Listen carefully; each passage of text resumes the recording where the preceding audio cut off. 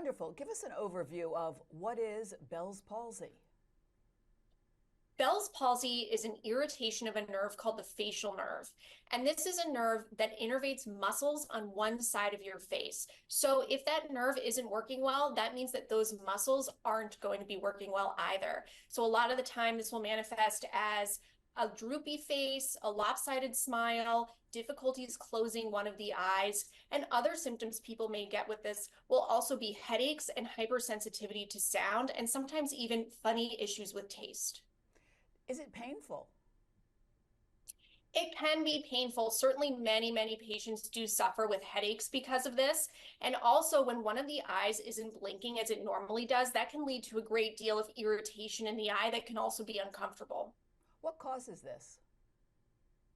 Most of the time, we actually don't know why Bell's palsy happens. We are aware of a few conditions that can trigger it, such as Lyme disease, certain viral infections. People who are pregnant, who have high blood pressure or diabetes seem to be at higher risk. But overall, we really don't know why this happens. And it's interesting because it tends to strike people at their prime in young adulthood.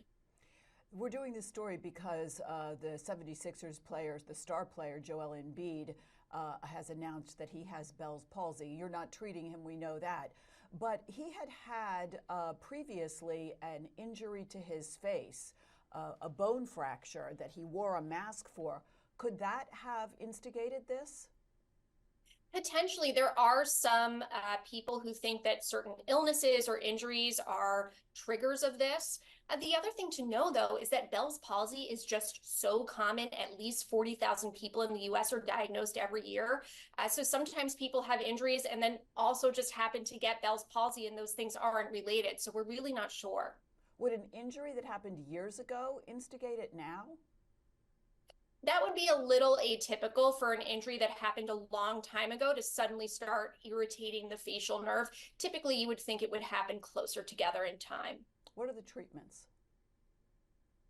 So, treatments for most people are going to include steroids, antiviral medications if your doctor thinks you need it, and certain physical therapy exercises to help regain that strength in the face. And then if people really have trouble closing the eye, there's also some protective eyewear and materials that your doctor will give you.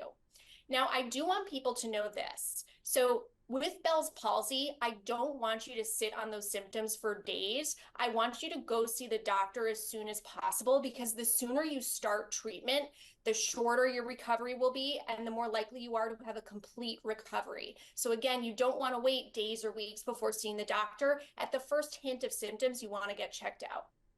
Because this is now afflicting the star player at the 76ers, many are wondering how will Bell's palsy or how could Bell's palsy impact his ability to play?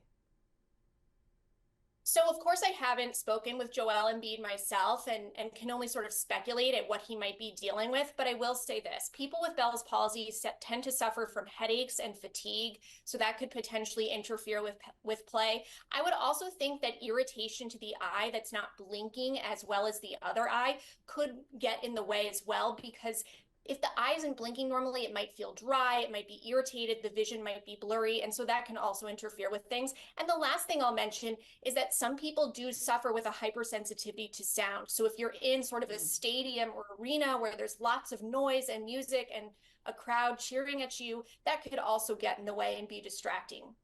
Wow. What about the treatments? Would they impact his play?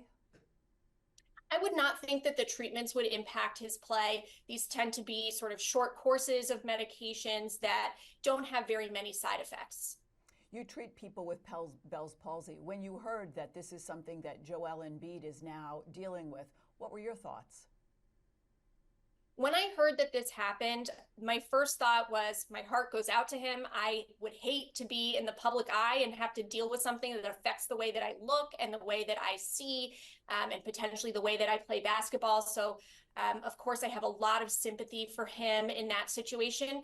On the other hand, I will say that whenever a celebrity or a public figure comes out and gives us the gift of disclosing their medical condition, it's incredible. Because as I said before, Bell's palsy is so common. And what Joel Embiid is allowing us to do by sharing with us that he's struggling with this is he's allowing us to educate ourselves, to raise awareness for this, so that if you think you have the symptoms, you know what to do.